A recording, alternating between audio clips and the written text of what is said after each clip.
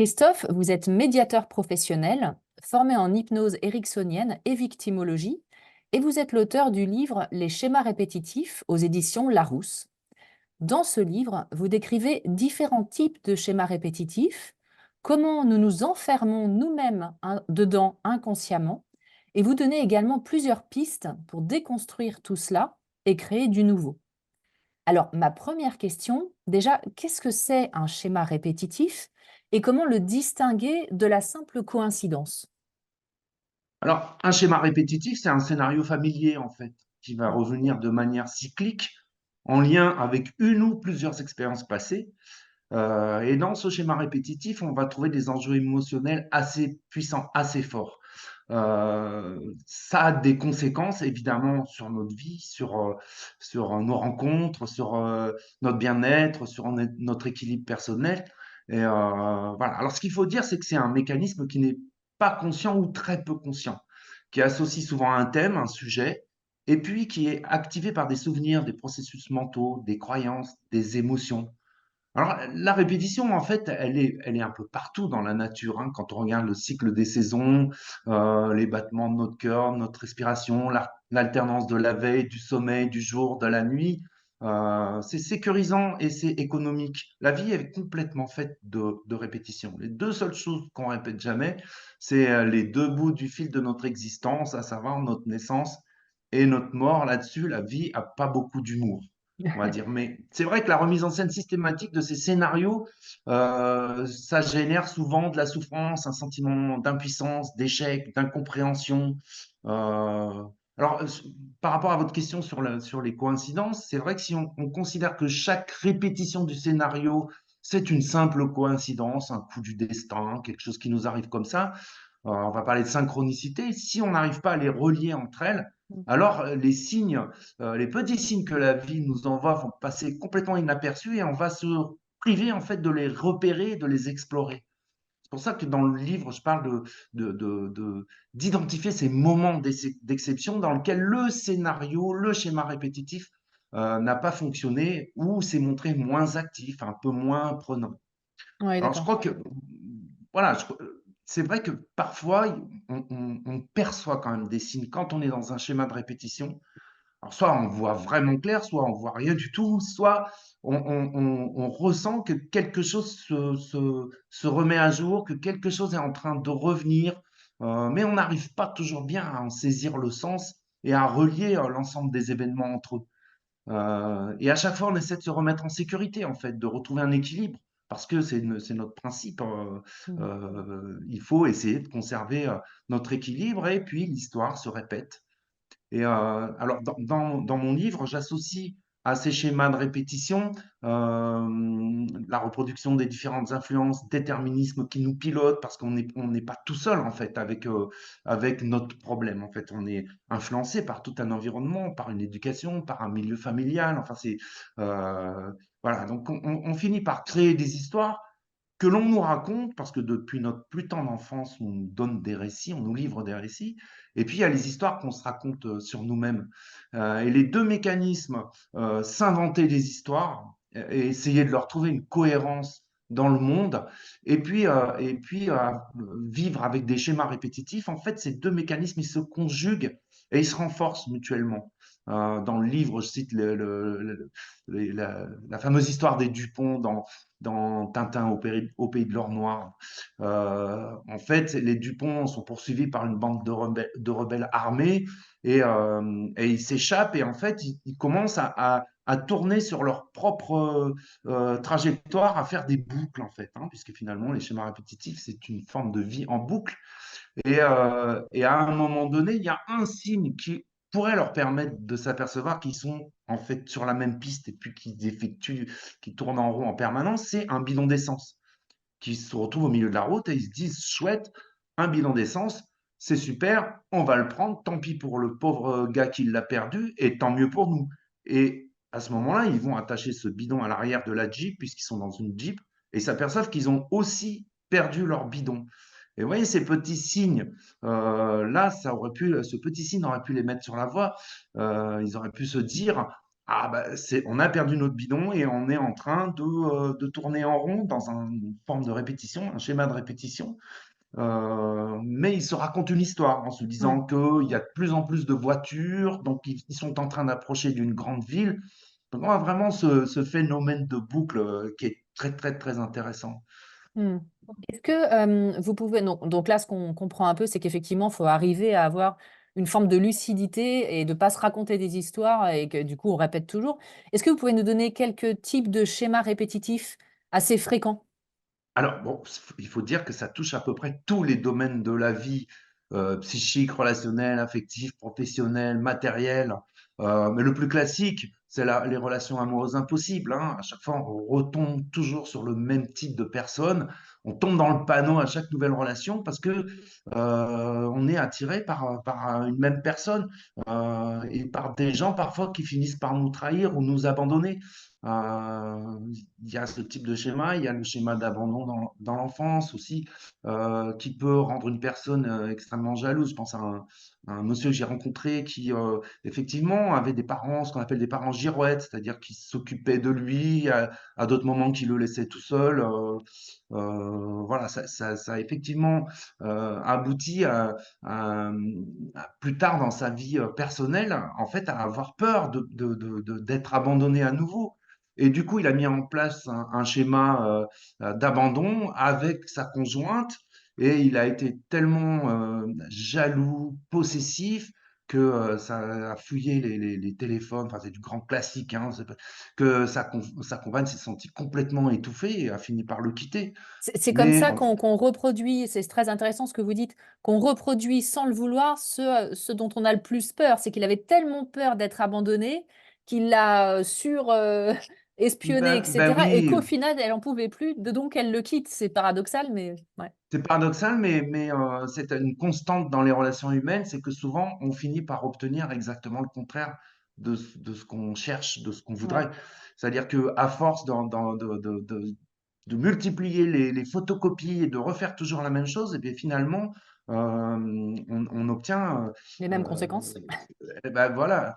Alors c'est vrai que c'est assez curieux cette histoire parce que euh, moi, ça m'a toujours surpris en fait qu'on arrive en fait à, à entretenir le schéma. On a l'impression parfois que les gens cherchent des preuves en fait. Ouais, Ils se sont convaincus qu'ils étaient de toute façon ouais. voués à l'abandon, voués à l'échec dans leur relation amoureuse, que finalement on a l'impression qu'ils cherchent des éléments de preuve dans la Mhm. réalité pour dire, ah ben, regardez, c'est encore ce qui s'est passé une Ouais. nouvelle fois, donc j'avais bien raison, donc mon histoire est bien crédible, et donc évidemment c'est la faute des autres, sans se rendre compte que c'est eux finalement qui interprètent la réalité et qui, avec leur schéma et les histoires qu'ils se racontent, créent en fait des filtres perceptifs en fait qui les dévoient complètement. Alors, on Alors, va retrouver ça partout ouais. dans le milieu professionnel, les gens qui ont des problèmes avec l'autorité, qui vont provoquer des conflits à répétition, ou au contraire qui vont se soumettre complètement, ce qui va entraîner une dévalorisation de leur propre image, ou des situations de harcèlement, les difficultés à se faire recruter, à s'engager.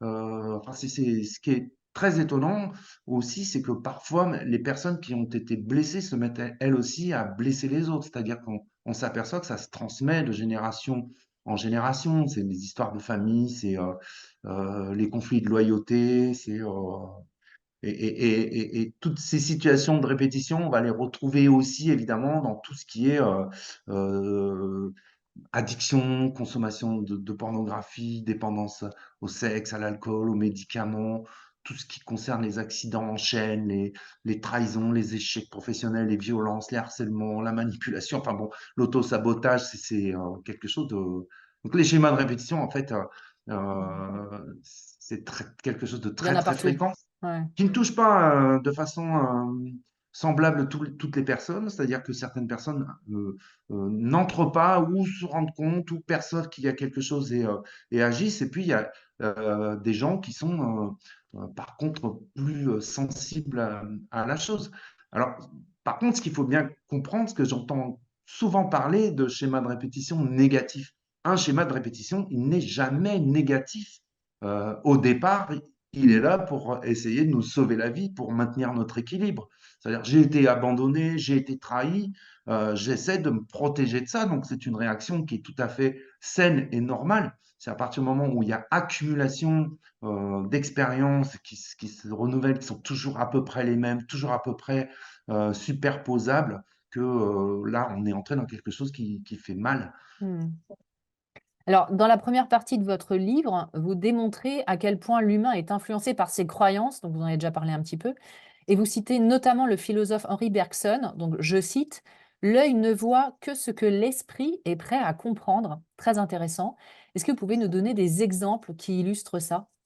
Bah, vous savez, c'est en fait le fait qu'on perçoit la réalité à travers des petites lunettes, à travers le filtre de nos croyances, de nos schémas, de tout ce qui se joue en arrière-plan. Et on s'arrange toujours pour que la réalité soit conforme à ce que nous croyons, qu'elle soit conforme à nos histoires. Donc en fait, on va chercher à trouver des réponses stéréotypées à toute une variété de problèmes qui sont jamais strictement identiques. Mais très vite, ça va nous limiter parce que ça va devenir des instruments de prédilection Mm, qui vont rétrécir le champ de nos expériences et qui vont totalement biaiser, déformer notre capacité d'observation. mm, Donc on va avoir euh, euh, mon conjoint ne me regarde plus, je pense qu'il m'aime plus, tous les hommes sont des pervers ou des abandonneurs, toutes les mamans aiment leurs enfants, je mérite pas qu'on m'aime. Inutile de parler, vu ta tête, je sais déjà ce que tu penses. Les vieux sont dangereux au volant. Vous voyez, toutes ces croyances qu'on peut avoir ou qu'on nous a mis dans la tête, mm, ben, ça agit comme ça. En fait, je crois que c'est Bernard Werber, l'écrivain, qui disait on perçoit du monde que ce qu'on est préparé à en percevoir. mm, Donc en fait, pour percevoir, pour comprendre un processus, il faut parvenir à s'en détacher. Il faut parvenir à prendre un pas ou sortir de la fameuse caverne de Platon pour les gens à qui ça parle. oui, Voilà, vous savez, ces prisonniers qui voient que des ombres d'animaux, qui pensent que ce qu'ils perçoivent, c'est la réalité. Et puis un jour, il y a un de ces prisonniers qui sort de la caverne, qui voit d'abord les manipulateurs de marionnettes qui agitent les ombres. Il sort de la caverne et il s'aperçoit qu'à l'extérieur, il y a du soleil. Il est d'abord ébloui, mais quand il retourne dans la caverne pour informer ses condisciples, eh bien, il est traité de fou, de menteur. Ouais, donc la puissance des ouais, croyances, c'est énorme, c'est quelque chose voilà. Donc, c'est vrai que la conception qu'on a du monde, c'est toujours, et ça restera toujours une conception de notre esprit, et on peut pas vraiment prouver que ça soit vraiment autre chose. Et en plus, notre pensée est toujours en retard sur les événements. Donc c'est vrai que on a plutôt tendance du coup à percevoir ce qui nous est familier, ce qui nous parle, ce qui répond à nos besoins, à nos espoirs, à nos croyances, à nos attentes, et puis surtout ce qui est conforme à nos expériences passées et ce qui vient confirmer l'histoire finalement. En fait, je crois que l'humain est un chercheur de sens, en fait. On passe notre vie à essayer de chercher du sens. Alors, on s'invente des histoires parce qu'on est aussi des êtres de récit. On s'invente des histoires pour essayer de donner une forme à la réalité. Mais quand on n'a pas toutes les informations, c'est pas très grave. On en invente. Il faut que tout ouais, ça soit cohérent, en fait. ouais. Les schémas de répétition, les histoires, c'est ce qui donne vraiment un sens à notre existence. Et donc, c'est pour ça qu'on a tendance à s'y rapprocher, parfois Ouais. pour le meilleur et parfois pour le moins bon. Et effectivement, et ensuite on va passer plus au côté solution, on va dire, mais vous expliquez aussi dans votre livre que le schéma répétitif, c'est un scénario familier du cerveau, et qu'en fait le Mhm. cerveau, quelque part, a besoin de cette sécurité, même si c'est une sécurité dans la souffrance, il préférera toujours la sécurité à l'inconnu. Oui, oui, oui, c'est ça. Alors, ça surgit pas du hasard, tout ça, hein. Mhm. Et en même temps, ça peut nous servir d'indicateur. À partir du moment où on a envie d'explorer de nouvelles voies, on est conscient de ce qui se passe et on a envie d'essayer de changer. Donc, c'est vrai que c'est mis en place pour simplifier la vie, pour nous éviter de nous poser en permanence les mêmes questions, pour avoir des schémas de comportement qui nous permettent d'aller plus vite, de faire des économies de pensée. C'est créé en réaction à des blessures, à des situations difficiles, à des problèmes qu'on a pu rencontrer. Et donc, euh, qu'on disait tout à l'heure, c'est qu'il y a toujours un bénéfice secondaire dans le schéma répétitif, hein. Et il va falloir essayer de comprendre comment nous-mêmes nous coopérons de façon complètement involontaire à ces bénéfices secondaires, à entretenir ces schémas répétitifs et à maintenir ces bénéfices secondaires. C'est exactement la question qu'il va falloir se poser. Alors, on est quand même beaucoup d'entre nous à repérer qu'on a des schémas répétitifs. Et il y a plusieurs personnes qui, du coup, pour ne pas le répéter, vont agir de manière complètement opposée pour déclencher autre chose. Et vous m'expliquez que c'est pas une bonne idée, en fait, d'agir à l'opposé. Pourquoi? Bah, parce que c'est tout simplement installer un autre schéma. Hein, face à un schéma de répétition, vous avez plusieurs possibilités en fait. Soit vous vous y soumettez, vous allez chercher à le revivre de façon inconsciente en éliminant tout ce qui menace le schéma et son fonctionnement, en sélectionnant que les situations et les relations qui vont le confirmer et le renforcer. Vous avez enfin l'évitement du schéma, c'est-à-dire que, par exemple, si j'ai peur de parler en public, je suis paniqué, etc., ben, je vais fuir toutes les situations dans lesquelles je peux être amené à être confronté à cette situation, à être confronté au schéma qui va se répéter. Je vais essayer d'oublier, je vais essayer d'enfouir les émotions qui sont susceptibles de déclencher le schéma et sa reproduction. Je vais faire en fait comme si ça n'existait pas, comme si le schéma n'était pas actif. Et ça va faire qu'accentuer les symptômes et le repli sur soi, en fait, parce qu'on va rester perdu avec cette histoire-là. Enfin, ce que vous disiez, c'est le combat du schéma, c'est-à-dire qu'on va essayer de lutter contre en prenant Mm. de façon systématique des mesures qui sont radicalement opposées. On va s'obliger, se contraindre à revivre ce qu'on a déjà subi pour compenser les effets du prototype du schéma initial, mais ça va encore nous faire souffrir et le schéma restera présent et actif. Par exemple, une personne qui est enfermée dans un schéma de manque affectif, elle va exiger tellement d'attention, d'intérêt, de reconnaissance de la part de ses proches qu'elle va finir par les éloigner et provoquer, encore une fois, ce qu'on disait préalablement, Mm. le contraire de ce qu'elle cherche, de ce qu'elle attend. Hein, donc la vraie solution, c'est de prendre conscience de ces schémas, surtout quand ils sont activés omniprésents, parce qu'ils sont créateurs d'émotions très puissantes qui peuvent conduire à un certain nombre de troubles psychologiques, nous causer des souffrances, altérer nos capacités de fonctionnement. Il faut aussi accepter qu'on est à la fois les auteurs et les souffres-douleurs de ces schémas et essayer de faire la paix avec ces processus. Si on n'arrive pas à faire la paix avec ces processus, le schéma va se reproduire jusqu'à ce que le message qu'il nous adresse soit Mm. parfaitement entendu et intégré.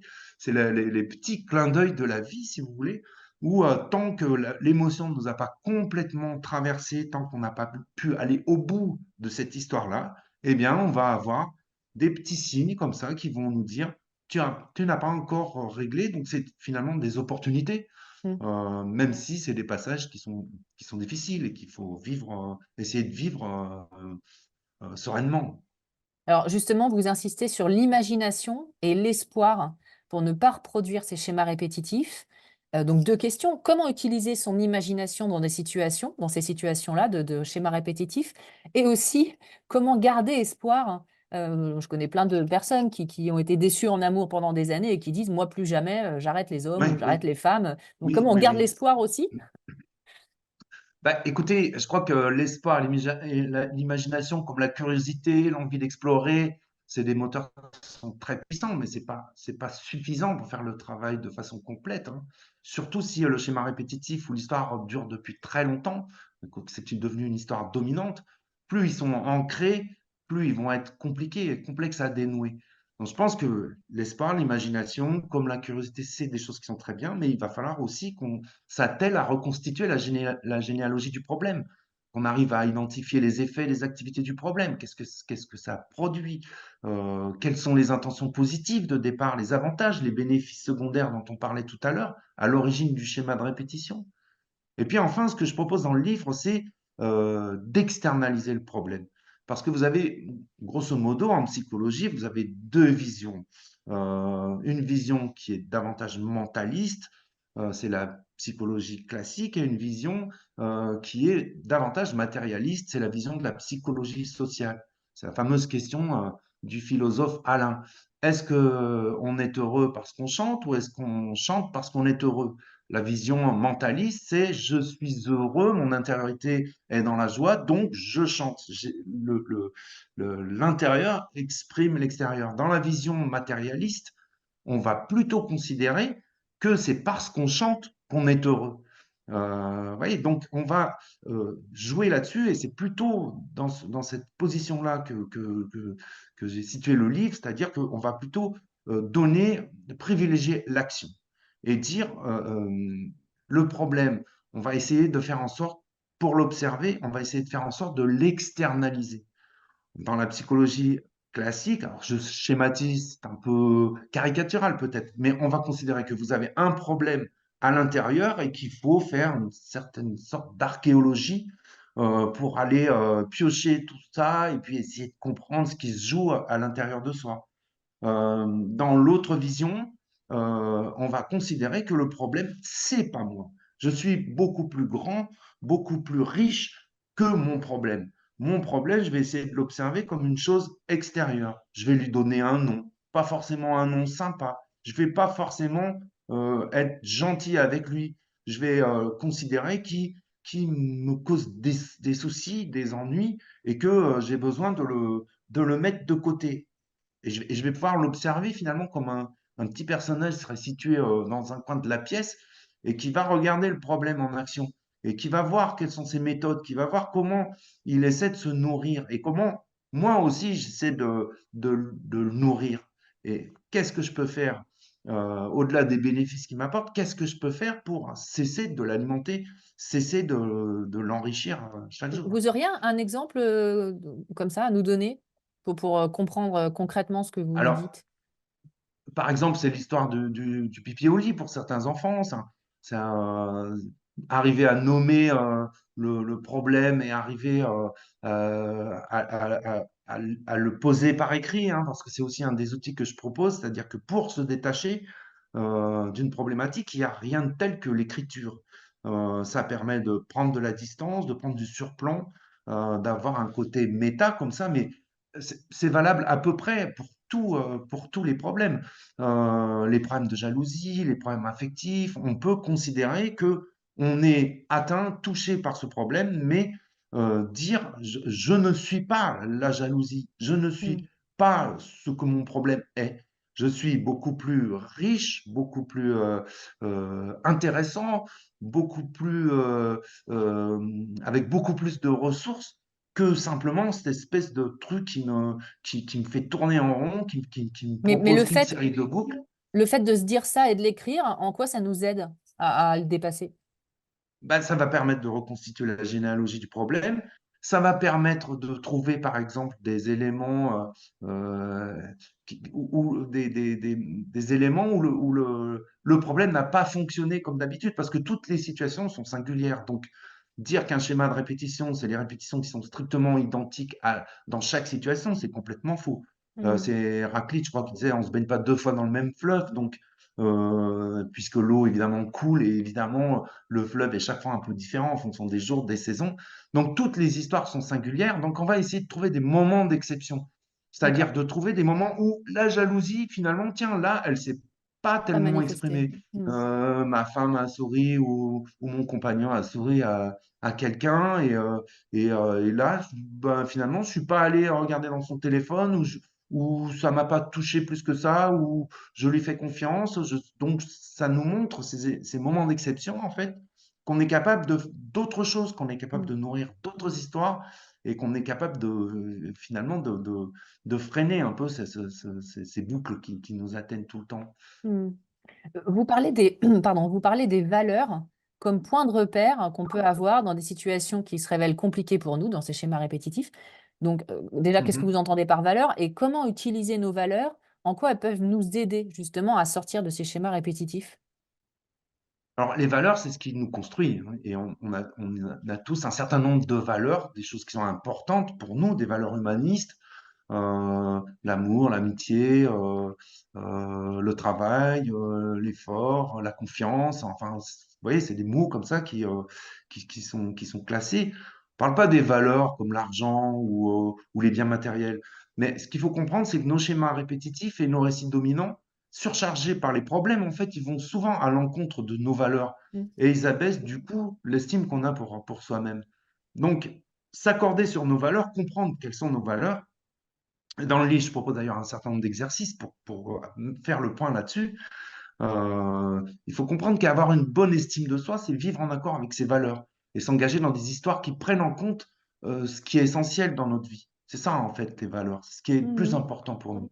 Donc, quand on va se référer à nos valeurs, en fait, on va pouvoir agir de façon beaucoup plus cohérente, prendre des décisions, faire des choix, respecter les engagements qu'on a pris par rapport à nous-mêmes et à ce qui est important pour nous. Donc, quand on connaît les valeurs qui nous guident, on va pouvoir analyser tout ce qui est discordant, toutes les dissonances qu'il peut y avoir entre nos schémas de répétition, nos histoires dominantes, et puis nos valeurs personnelles, parce que très souvent, schéma répétitif et histoire dominante nous entraînent en dehors de ce chemin-là et nous inventent des histoires qui ne sont pas vraiment superposables aux histoires qu'on aimerait développer. Mm. Et vous écrivez que nos ressources internes et appuis extérieurs sont déterminants aussi pour nous sortir des schémas répétitifs, c'est-à-dire? En fait, nos ressources internes, c'est un peu tout ce qu'on a vu jusqu'à maintenant, c'est tout ce qu'on Mm. va mettre en œuvre d'un point de vue à la fois cognitif, donc de compréhension, et émotionnel, aller essayer d'aller au bout de l'émotion que le schéma de répétition, que l'histoire suscite. Quand on va pouvoir faire ça, on va pouvoir les désamorcer, inventer une nouvelle histoire qui est plus conforme à nos valeurs, on vient d'en parler. Ouais. Il faut bien comprendre que nous sommes des animaux qui racontons des histoires, mais que ces histoires aussi, elles doivent se transformer en récit. L'histoire se transforme en récit quand on la raconte à quelqu'un. Et ça, c'est absolument libératoire et enrichissant. On ne peut pas s'intéresser à nos schémas de répétition et à nos histoires de façon eh, uniquement individuelle, comme si c'était des miroirs sécurisants. Il faut vraiment que ça devienne des passerelles et il faut vraiment qu'on puisse se retrouver soi-même, bien sûr, mais aussi raconter aux autres, parce que le collectif est intéressé, parce que c'est ça l'altérité aussi, c'est partager des histoires, partager des difficultés. On voit bien qu'il y a tout un tas de groupements, d'associations sur des problèmes comme les troubles alimentaires, sur l'alcoolisme, des choses comme ça. Donc l'importance de la médiation des tiers me paraît essentielle. Et la théorie de l'engagement, donc on retrouve en psychologie sociale, dit exactement ça. Plus on se confie à des gens, plus on fait part de nos problèmes, de nos difficultés, de nos histoires. Alors là, évidemment, il faut que ce soit des gens qui soient euh, proches, compétents, Ouais. bienveillants, qui en aient confiance, que vous avez des gens qui vont au contraire vous renforcer dans votre schéma en vous disant, tu as un problème avec l'alcool, faut que tu règles ça. Ça, c'est pas une façon d'apporter une aide à quelqu'un. Mm. Donc voilà, les autres vont nous apporter leur propre témoignage, leur propre récit. Ils vont aussi nous apporter peut-être les réponses qui nous manquent, euh, un matériau, de toute façon, qui va être nécessaire pour enrichir, nous, notre propre vision des choses. Donc c'est vraiment des Ouais. soutiens à notre Sortir de la engagement. boucle. Ouais. Voilà. Donc voilà, chaque fois qu'on va faire une action pour sortir de la boucle, chaque fois on va s'engager dans quelque chose qui va nous ouvrir une porte, tirer le fil. Vous savez, c'est comme le ruban de Möbius qui s'enroule sur lui-même. À la limite, on va réussir à mettre un coup de ciseau suffisant pour inventer un nouveau récit qui nous engage, qui nous lie. Évidemment, quand on le partage, c'est comme une promesse qui va nous obliger d'abord devant nous-mêmes et devant les autres. Donc, je crois beaucoup, vous voyez, à ce choix de relation et à l'aide que peuvent nous apporter les autres. Mm. Je pense que c'est là aussi qu'on construit. Donc, si vous voulez, c'est pas juste un travail d'intériorité qu'on pourrait Ouais. faire avec un psy, un thérapeute, c'est aussi, on va aller raconter ça, on va enrichir l'histoire de rechange, on va trouver des témoins, on va trouver des associés, des personnes qui vont adhérer à nos expériences, qui vont nous faire part de leurs propres expériences, qui vont nous valoriser, valider nos récits. Alors évidemment, c'est pas forcément des personnes qui sont faciles à trouver, ça je vous l'accorde. Parce qu'évidemment, trouver les personnes qui savent écouter, Mm. c'est pas très simple, mais ça existe. Et puis Surtout des quand elles personnes, sont touchées par les mêmes. ouais, et des Oui. personnes qui ont pu vivre la même chose que nous et qui s'en sont sorties et avoir leur témoignage de comment elles s'en sont sorties aussi. Voilà. Je crois que le récit partagé, bah, déjà, ça permet de se sentir moins seul. Ça permet d'offrir aux autres la possibilité de mieux se connaître et nous-mêmes de mieux nous connaître. Donc, en fait, c'est tout bénéfice pour comprendre ce qui se passe et ce qui se joue. Hmm. Et enfin, vous conseillez donc dans votre livre de s'inventer, vous l'avez partagé un peu en filigrane, un autre Mhm. récit de ce que nous sommes et de ce que nous vivons. Et là encore, vous citez Épictète, qui expliquait que ce ne sont pas les choses et les événements qui nous troublent, Mhm. mais l'opinion que nous en avons et les représentations que nous nous en faisons. C'est très subtil, mais c'est très juste.